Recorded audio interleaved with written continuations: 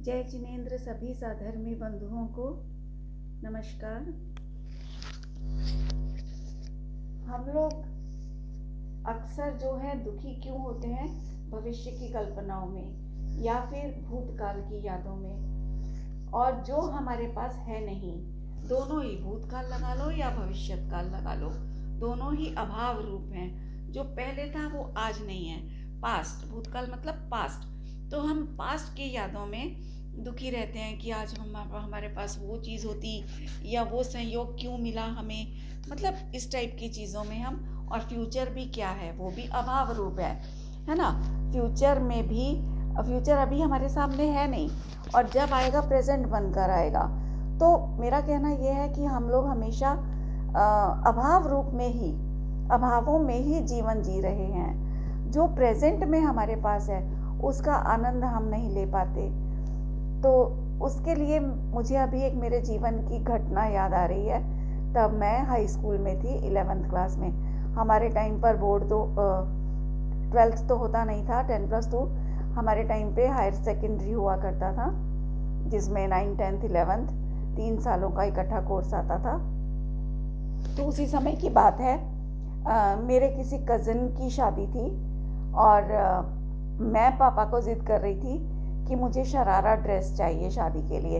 उन ज़मानों में शरारा ड्रेस नई नई चली थी, तो बहुत क्रेज़ होता था लड़कियों को वो सब पहनने का।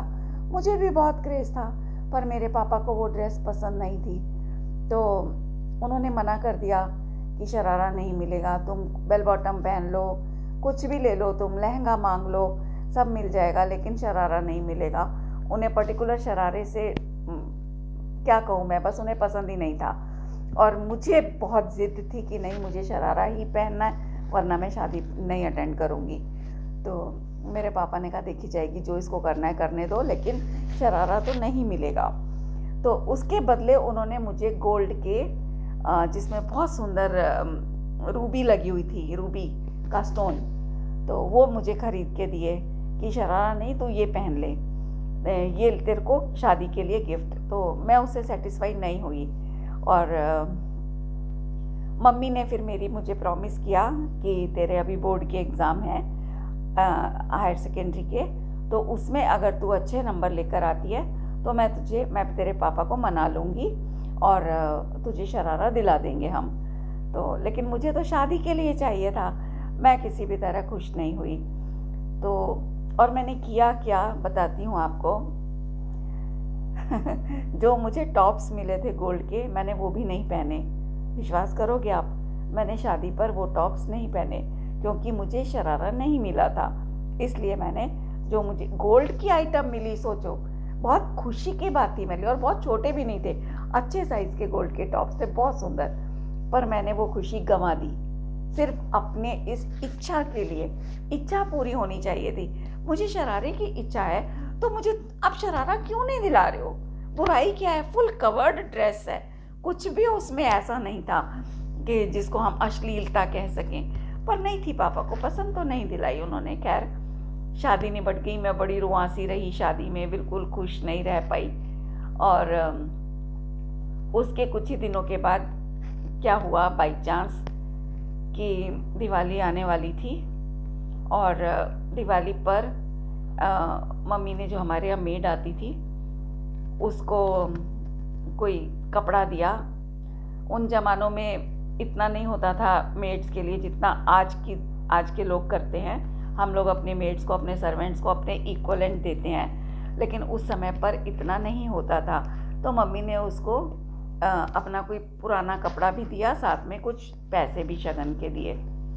तो वो उस पुराने कपड़े को, साड़ी थी शायद, साड़ी को लेकर के वो जो खुश हुई है ना वो मेड, मैं आपको बता नहीं सकती भाइयों की, मतलब मुझे आज भी उस मेड की शक्ल याद है। उसने इस तरह साड़ी ली, माथे लगाई, और मेरी मम्मी के आगे ऐसे ऐसे झुक करके, जैसे उसको पता नहीं क्या खजाना मिल गया। तब मुझे रियलाइज़ हुआ, अचानक क्लिक किया, उसी समय पर मुझे क्लिक किया कि ये देखो, एक पुरानी साड़ी को कितने सर माथे लगा करके ले रही है, और एक मैं हूँ कि मुझे टॉप्स मिले गोल्ड के, और मैं शरारे की ज़िद लेकर के बैठ गई। तो कपड़ा तन ढकने के लिए होता है, फैशन के लिए नहीं होना चाहिए। मतलब फैशन के लिए नहीं होना चाहिए से मेरा मतलब ये नहीं कि मॉडर्न कपड़े नहीं पहने हम, ऐसा नहीं कह रही आप लोग नहीं पहने, वो अपने अपने परिवार में जिसका जैसा चलन है और जैसी जिसकी परवरिश है वो उसका मैं निषेध नहीं कर रही हूँ। लेकिन मेरा कहना ये था कि जो मैं जिद पकड़ गई थी ना कि नहीं मुझे तो ये शरारा चाहिए ही चाहिए, उस बात के लिए कह रही हूँ। मैंने सिर्फ उस एक इच्छा की पूर्ति की खातिर मैंने वो टॉप्स प्राप्त होने की खुशी को गंवा दिया। और फिर उसके बाद एक और हादसा हुआ, उसी मेड की बेटी उसको मैंने अपने पुराने इयररिंग्स, मुझे बहुत शौक होते थे और मम्मी पापा भी सब तरह के मुझे शॉपिंग कराते थे, कभी उन्होंने रोका नहीं मुझे किसी चीज़ के लिए। तो मेरे पास अगर एक कलर की कोई एक ड्रेस होती थी ना तो उसके साथ के कम से कम 4 या 5 जोड़ी इयररिंग्स होते थे डिफरेंट डिफरेंट डिज़ाइंस में, इतना था मुझे। और मम्मी पापा भी इसी टाइप के थे। तो मैंने अपना एक पुराना टॉप्स, उसके साथ की ड्रेस फट गई थी क्या था, और वो टॉप्स मेरे मन से उतर गया था, तो मैंने उसकी लड़की को दिए। और आप विश्वास नहीं करेंगे उस लड़की के चेहरे पर जो खुशी थी, मतलब मुझे आज भी उसका चेहरा याद है। उस लड़की का नाम था लच्छो, और मुझे आज भी उसका चेहरा याद है। कितनी खुश हुई थी वो, दीदी दीदी करती, दीदी अब मैं इसको ऐसे पहनूंगी, मैं वहाँ पहनूंगी, मैं उस कपड़ों के साथ पहनूंगी, ऐसे करती, बहुत खुश हुई। तो तब भी मुझे बहुत अफसोस हुआ कि मैंने ये क्या कर डाला। मतलब एक उतरा हुआ पुराना आर्टिफिशियल टॉप्स जिसकी कीमत उन जमानों में 5-7 रुपए रही होगी, कुछ नहीं होता था, और वो उसको लेकर इतनी उछल रही थी, इतनी उछल रही थी जैसे उसको कोई जागीर मिल गई है। और मुझे गोल्ड के टॉप्स मिले इतने खूबसूरत, और मैंने उसकी कदर नहीं की। तो ये सारी घटना बताने का मेरा पर्पस क्या है? इस घटना से मैं ये कहना चाहती हूँ कि हमें इन इच्छाओं के पीछे पागल नहीं होना चाहिए। प्रेजेंट में जो हमारे पास है उसका आनंद लेना चाहिए। इस चीज को हम अध्यात्म में भी लगा सकते हैं, बाहर की जड़ वस्तुओं में तो लगेगी, हमारे जीवन में शांति आएगी, इससे समता बनी रहेगी, संतोष, सेटिस्फेक्शन रहेगा हमारे मन में। और जिस मन में सेटिस्फेक्शन होता है ना, वो मन कभी आकुलित नहीं होता, दुखी नहीं होता। तो ऐसा चित्त अगर हमें चाहिए तो हमें ये संतोष को अपनाना पड़ेगा। तो प्रेजेंट में जो है, हालांकि बहुत पुरानी घटना है ये, कम से कम 47-46 ईयर्स पुरानी घटना है, 47-48 ईयर्स पुरानी घटना है। लेकिन वो घटना मुझे आज अचानक याद आई, तो मेरा मन हुआ कि मैं इस विषय में कुछ बोलूं, और मुझे लगा कि हाँ ये बहुत अच्छा टॉपिक है, हम किस तरह प्रेजेंट की छोटी छोटी खुशियों को ख़राब कर देते हैं, है ना। तो ये हमें बहुत ज़रूरी है हमारे मन को समझाने के लिए, संतोष धारण करने के लिए, और अपनी इच्छाओं से उत्पन्न जो एक दुख होता है, टीस होती है अंदर में, एक आकुलता, जिसकी जलन, जो हम हर समय इच्छा पूरी ना होने की जो जलन, उससे जलते रहते हैं अंदर ही अंदर, उसको शांत करने के लिए ये एक दृष्टांत था, एग्जाम्पल जो मेरे दिमाग में आया, पुरानी घटना, और मैंने आप सबके साथ शेयर की। तो बस इस बात से इतना ही कहना चाहूँगी कि आप भी हर कोई इस तरह की बातों से कहीं ना कहीं गुजरता है। तो अगर आपके जीवन में भी ऐसा कुछ है जैसा मैंने अपने जीवन की घटना से बताया, तो प्लीज़ आप इसको दूर कीजिए और संतोषी वृत्ति अपनाएं। मैंने तो उसके बाद बहुत संतोष अपना लिया था, मैं सच कह रही हूँ। शादी के बाद में भी आपको बताती हूँ, मेरी शादी जब हुई थी तो मेरे हस्बैंड का बिजनेस नहीं था, बहुत मामूली नौकरी थी, और इतनी मतलब कि जितनी इनकी तनख्वाह थी ना, उतना मैं अपने मायके में पॉकेट मनी उड़ा दिया करती थी। फिर भी मैंने यहाँ आकर कभी मेरे हस्बैंड से डिमांड नहीं की किसी चीज़ की, कभी कपड़ा नहीं मांगा, कभी जेवर नहीं मांगा, कभी कुछ नहीं मांगा। और ये सब उसी घटना का प्रभाव है जो मैं आपको बता रही हूँ। सिर्फ उस घटना, वो मेरे दिल में इतनी घर कर गई, वो घटना इतनी छू गई मुझे कि मुझे इतना सेटिस्फेक्शन आ गया कि मैंने नई शादी के बाद, लड़कियों के कितने सपने होते हैं, मेरे भी रहे थे, लेकिन मैंने कभी उनको उग्र नहीं होने दिया, उन सपनों को मुख्य नहीं किया। प्रेजेंट में जो सिचुएशन थी उसको जिया। और इवन मम्मी अपने मेरे को त्योहारों पर कुछ कुछ देती थी, साड़ी वगैरह कुछ भी, तो मैं मना करती थी। मैं कहती थी नहीं, मुझे साड़ियों की ज़रूरत नहीं है, ना सूटों की ज़रूरत है। मम्मी कहती तेरे को जो चाहिए चल तू पैसे ले ले, तुझे जो ड्रेस पसंद है तू ले अपनी पसंद की। मैं कहती नहीं, मुझे नहीं चाहिए। मुझे कभी घर का आइटम मैं मांगती थी, कभी ये दे दो कभी वो दे दो। इस तरह से मैंने उस समय पर किया, और मैं धन्यवाद देती हूँ उस घटना को जिसने मुझे इतना बड़ा मनोबल दिया और इतना सेटिस्फेक्शन मन में मुझे दिया कि मैंने हर परिस्थिति को सहन किया।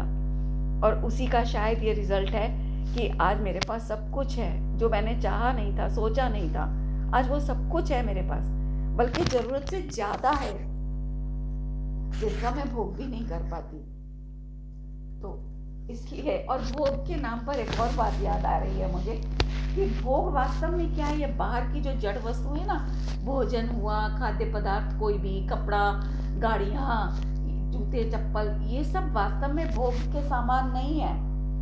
भोग तो हम वास्तव में अपने अंदर जो एक इच्छा से पीड़ा उत्पन्न होती है ना, जिसकी जब तक वो इच्छा पूरी नहीं हो जाए, वो इच्छा का जो एक विकल्प है, एक थॉट है हमारे दिमाग में, वो अंदर ही अंदर हमें कांटे की, कैक्टस के कांटे की तरह चुभता रहता है।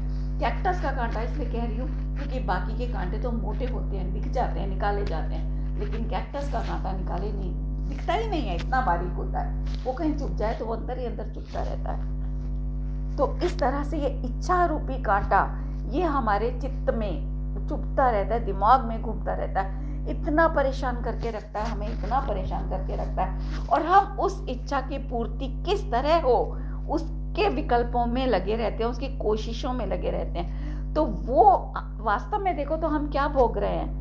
जब वस्तु मिल जाए कभी हमें, किसी पुण्य के उदय से, भाग्य से, जो इच्छा आई है वो इच्छा के से रिलेटेड अगर वस्तु हमें सामने मिल भी जाए, तो उसको हम भोग पाए ना भोग पाए कोई गारंटी नहीं। और भोग भी लिया तो कितनी बार, कितनी देर के लिए भोग पाएंगे।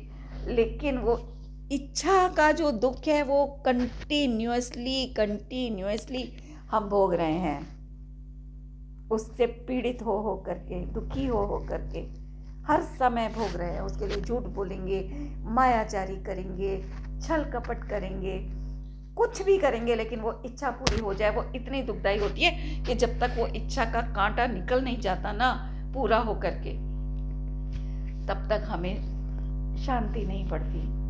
तो इस प्रकार मैंने जो महसूस किया है अपने जीवन में, वो यही महसूस किया है कि ये इच्छाओं का ही हम भोग कर रहे हैं हर समय, इच्छाओं से उत्पन्न पीड़ा का हम भोग कर रहे हैं हर समय, बाहर की वस्तुओं का नहीं कर रहे। इसलिए इन बाहर की वस्तुओं की तरफ भागना बंद करें। बंद नहीं भी होता तो कुछ ठहराव तो लाएं अपने जीवन में, और जो है भाग्य से प्राप्त, या उसमें हमारी कुछ मेहनत भी अगर है तो उससे प्राप्त जितना है उसमें सेटिस्फाइड रहने की कोशिश करें, अभ्यास करें अभी से, ताकि हमारा जीवन सुखमय हो जाए, शांतिमय हो जाए। जय जिनेंद्र।